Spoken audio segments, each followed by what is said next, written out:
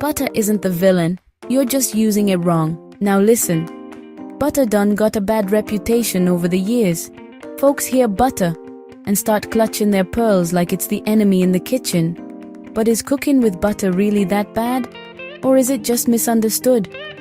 Today, we settle in this the right way. Back in the day, butter got pushed aside for margarine and oils. But here's the truth, most folks don't tell you. Used properly, butter brings flavor, richness, that restaurant quality finish. The problem ain't butter itself, it's how people use it. Butter shines when you finish a sauce, based in meats, add richness at the end. But cooking everything in straight butter on high heat? Now that's where folks get into trouble. Here's what we did in professional kitchens.